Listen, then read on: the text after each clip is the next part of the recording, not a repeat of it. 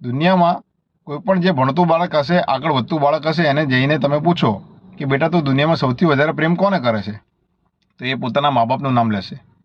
હવે આપણે એને પૂછીએ કે આ પ્રેમમાં કોઈ શરત ખરી, તો એમ જ કહેશે કે ના, મારા મા બાપને પ્રેમ કરવામાં કોઈ શરત નહીં. હવે આપણે એક વાર્તા વિચારો કે અહીંયાથી વિદેશમાં એક છોકરો છોકરી ભણવા માટે ગયા.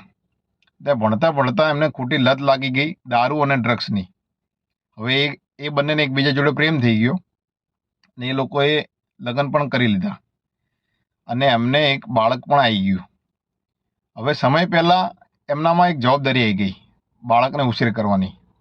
હવે એમને ખોટી લત હતી, એના કારણથી એ લોકો બાળકને સારું વાતાવરણ ના આપી શક્યા અને સારું એજ્યુકેશન પણ ના આપી શક્યા. હવે એ બાળકને જઈને આપણે પૂછીએ કે બેટા તું દુનિયામાં સૌથી વધારે પ્રેમ કોને કરે છે, તો એ મા બાપનું નામ લેશે? એ નહીં લે. કેમ? કેમ કે એને જે વાતાવરણ જોઈતું હતું, જે પ્રેમ જોઈતું હતું, એને મળ્યો નહીં.